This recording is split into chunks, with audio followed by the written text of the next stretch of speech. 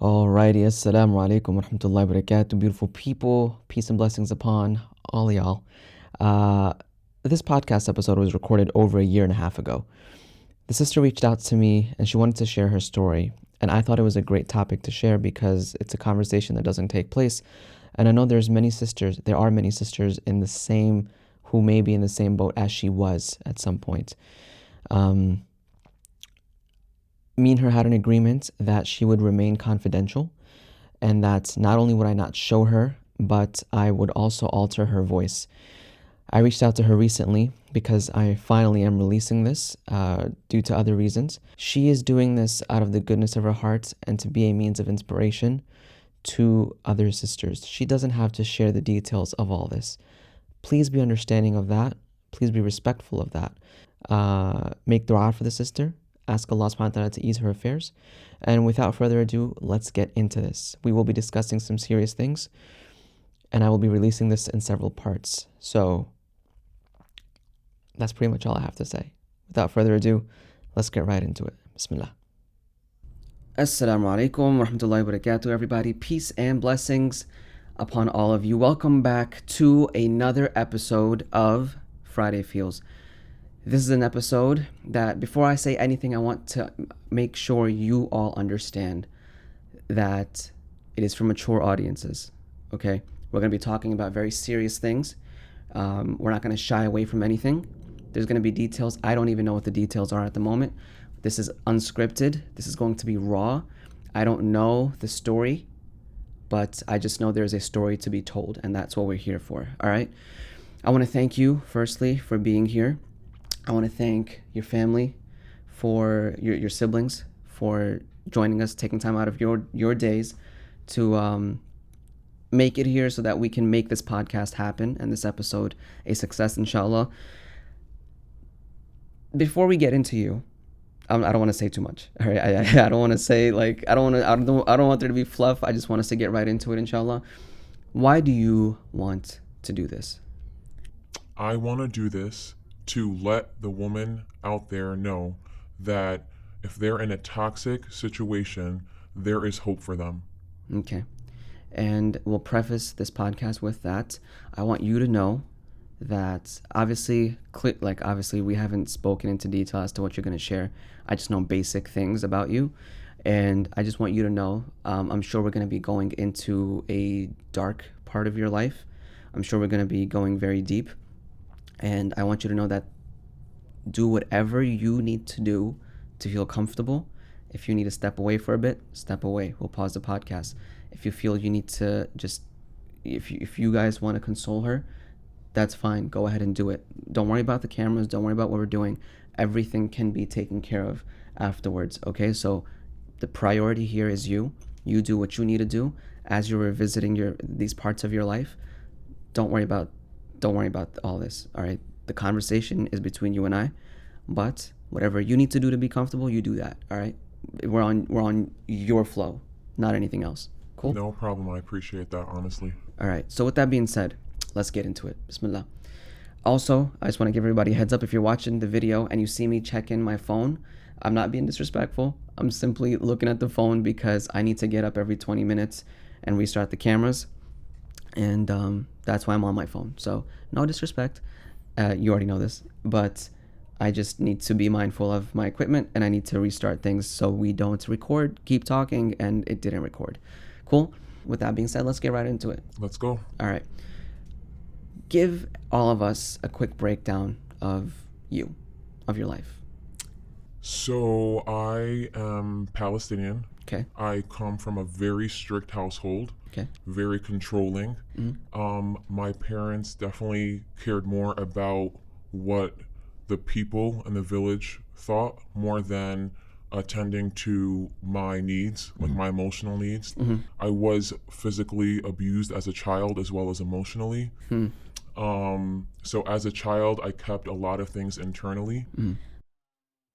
The only time my mother would show me any kind of love is if I did something she wanted me to do. Okay. Were you born here or were you born back in Palestine? I was born here in the States. Okay. And you've been married how many times? I've been married twice. Twice. How old were you when you first got married? I was 22 when I was married the first time. Okay, and the second time? Second time, I was 27. Okay. So what we'll do is we're just going through your life. That's what we're doing. We're going to begin with the first marriage. Okay. You're gonna break it down, everything that you went through, whatever it is that you want to share, and then we'll do the same thing with the second. All right. All right. Bismillah. So go ahead. Like literally, the mic is yours. So with the first marriage, let's just get back to my parents real quick. Okay. They thought that the answer for a female that's around the age of marriage, the answer is marriage. No matter who it is or what they do, how old they are, marry him. He's perfect for you. So in my first marriage, it was to my cousin. Oh wow. He was a lot older than me. Okay. I knew right away. Like 10 years older or like 2 years older? Close to 10 years. Okay. And he was from Palestine. Okay. So we just were two different people, and I noticed that right away. Was he from overseas or was He was from overseas. Oh wow. Yeah. Okay. And I knew when he came to ask for my hand in marriage, I sat down with him, and I knew right away I did not want to be with him. Okay. However, like I previously mentioned, my parents are all for marriage. Yeah. So they were really adamant about me marrying him. I went through a lot because I told them that I didn't want to marry him. So you were forced into it? Yes. There was nothing inside of you. You had zero inclination to be with this man. Exactly. Okay, so were you able, or did you feel comfortable at all to express your distaste for that progression between you and him? Did you tell your parents, like, I really don't want this? I said that a million times, and the responses that I would be getting was, love comes after marriage. He's your ticket to the Jannah. He's a relative. At least you know what kind of a person he is. He's going to be good for you. He'll do whatever you want. They even, made him buy me things that I didn't even need or want just to, butter me up, literally. And my mom made my life a living hell while I was saying no to her. She literally made my life a living hell just so I could see that as a ticket out of the misery that she was projecting onto me. Wow.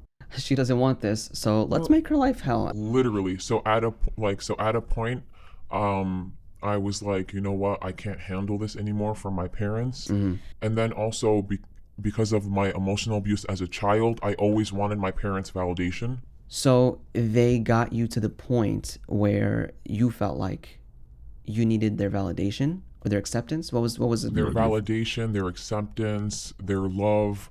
I just wanted to make them happy because my whole life I was told that basically I'm not worth it. So from a very young age, your self-esteem was ripped away from you? Exactly. So you're saying that your desire to please them as an adult, right? Yes. Remained because of what your childhood environment was like? Absolutely. What was it that stripped away your self-confidence, your self-esteem? What made you feel like your identity, your existence relied and was dependent on their approval and their validation? So my parents were very controlling, and anytime I would try to contest them or say anything, because they're very old school as well, I would be put down immediately. And if they wanted me to do whatever it was they wanted me to do for them, for their own agenda, they would gaslight me. Imagine being love bombed, and then when you're being yourself, you get absolutely nothing and you get abused. What kind of things would they say to you? You're ugly, no one's gonna marry you. You're not worth it. They would get at me physically a lot, so I was very insecure of my physical appearance. Anytime I wanted to speak up for myself, I would get beat. So that just taught me to not say anything, keep everything internally, and just live through my mind. Honestly, the way I would get happiness as a child was living through my mind.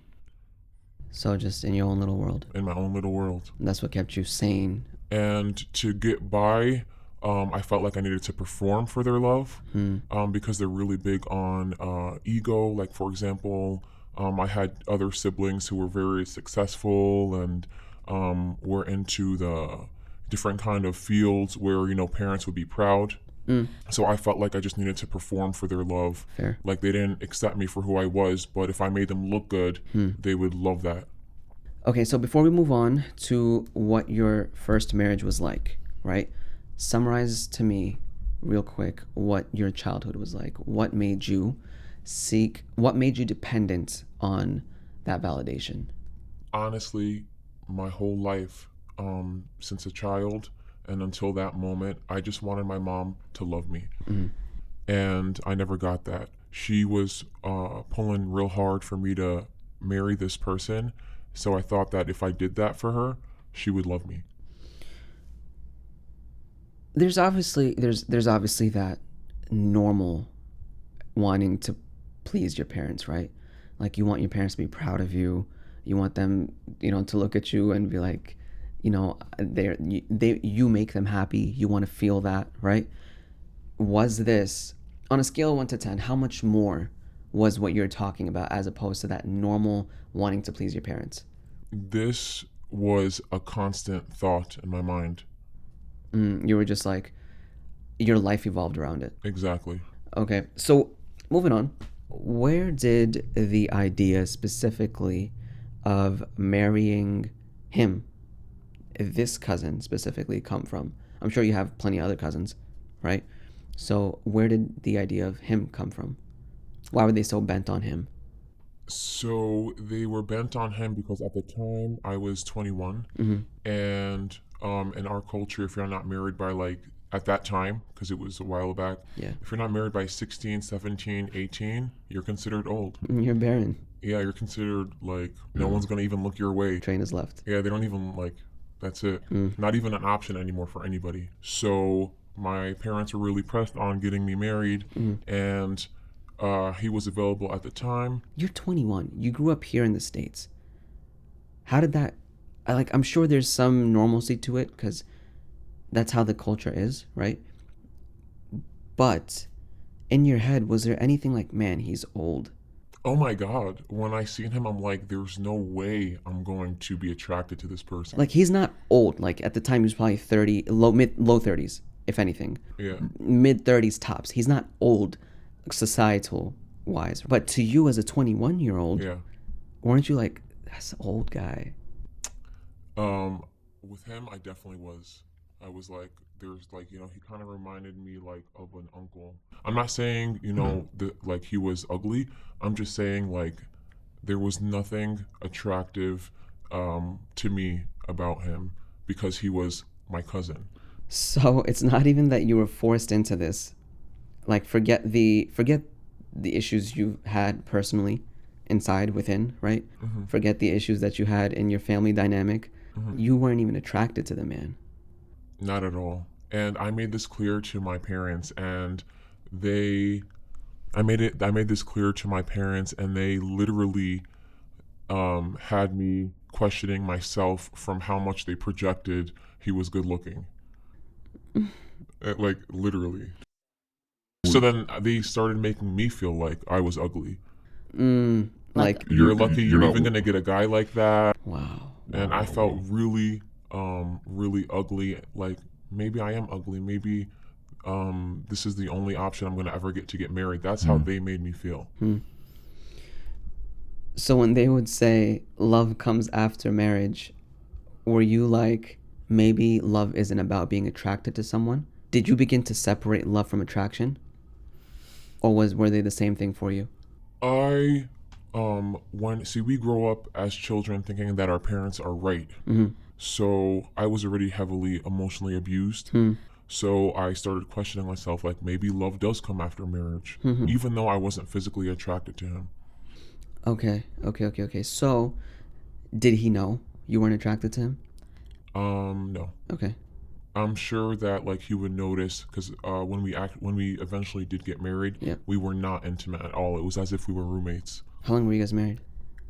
for about 4 years. 4 years? Yeah, Wow. So, intimacy was not a thing. barely any intimacy. Just two different people. You know, he was from the blad. Mm. You know, I was from here. Yeah. He spoke English, but the communication was definitely not there.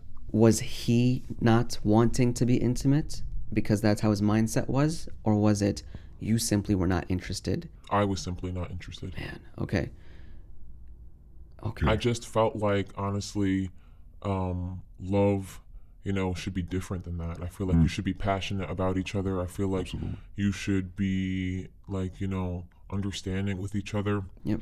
You know, you need to be physically and mentally stimulated at all times. And I did not have any of that. Yep. And it made me miserable. Did you have any connection with him prior? I mean, like, were y'all close cousins? No. Okay, so, oh my gosh. So you guys weren't even close cousins. You weren't tight. You were forced into it. You aren't attracted to him. Now you're married to him. And you don't even want to be intimate with him. How else did the entire leading up to you being married to him and how you felt, how else did it affect your marriage?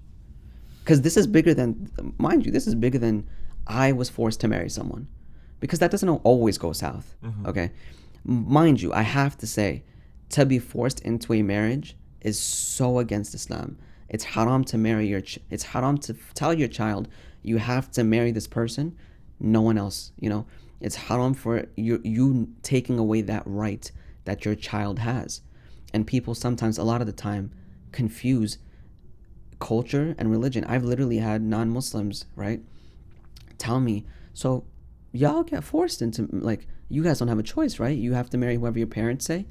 And I have to correct them real quick, like, nah, man. Like, I have to say that, like, it is not from Islam for a parent to take away that right that is given to you by Allah, by God, for you to be married to who you please, right? Whoever it is that you're interested in.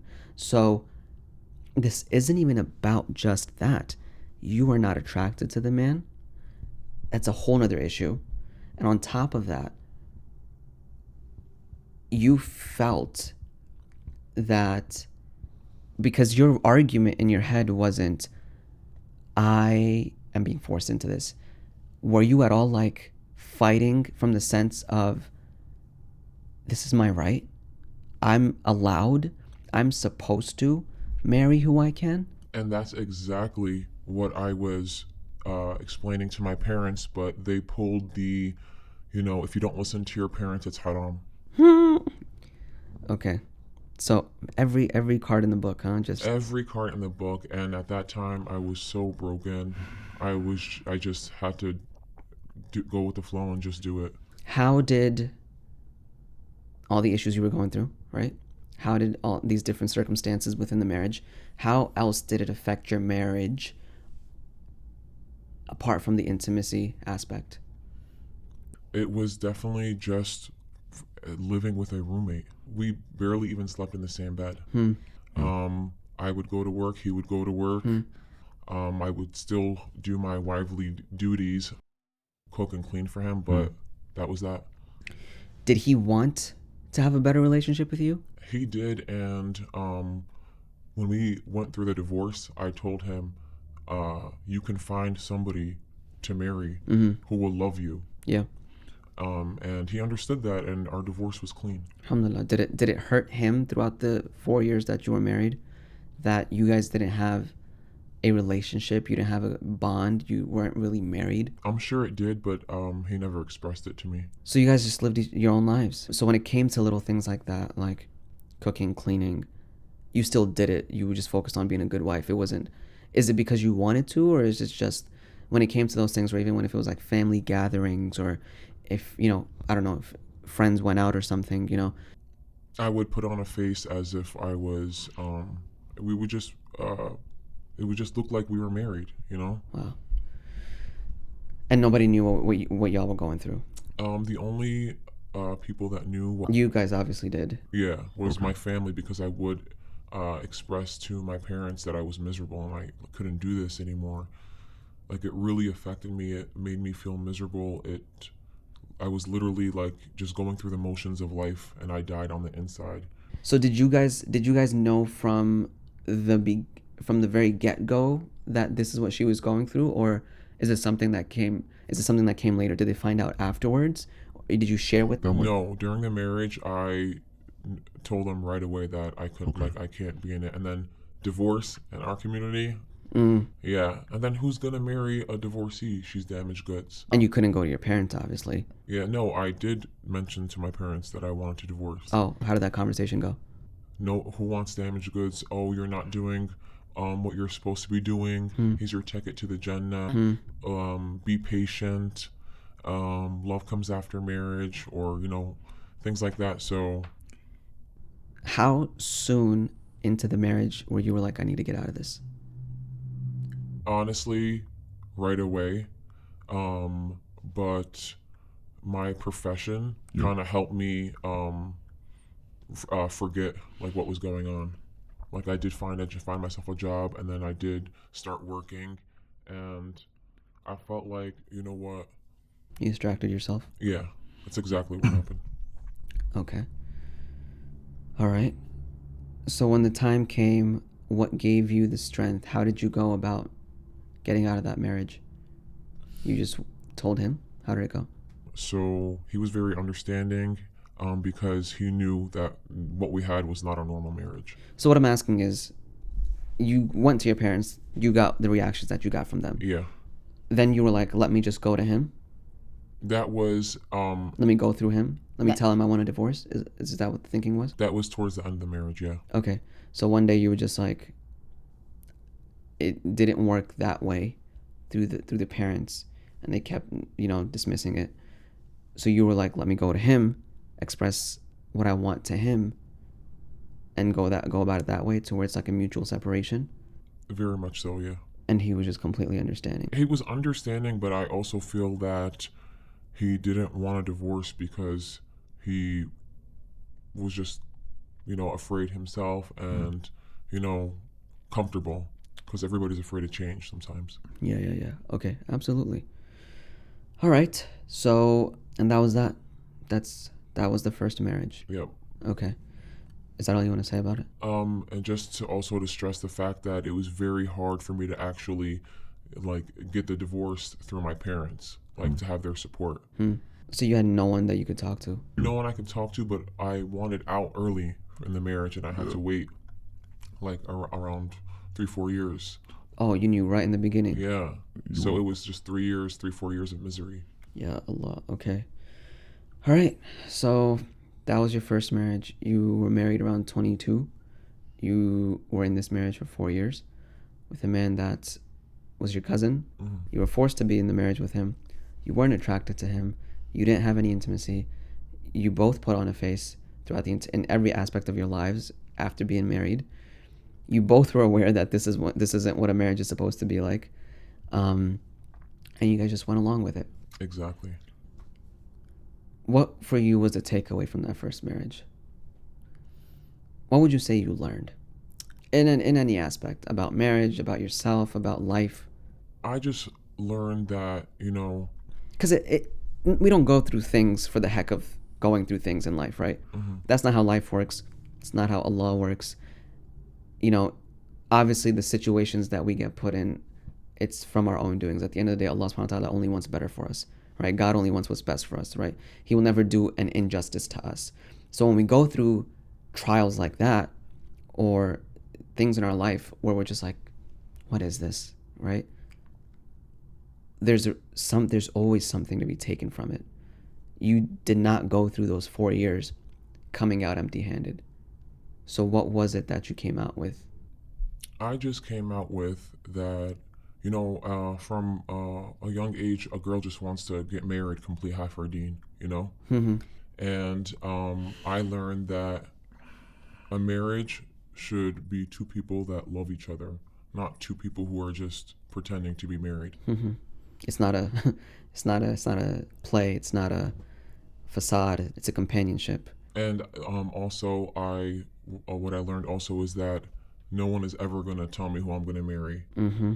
I'm going to marry who I want to marry. Did you at any point regret not having a certain amount of strength before you got into that marriage?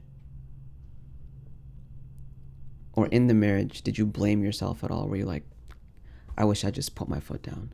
All the time. And that stems from my childhood. Like, I'm just so afraid to stand up for myself because I might feel like I'm not worth it. And I'm going to get that toxic negativity. Understandable.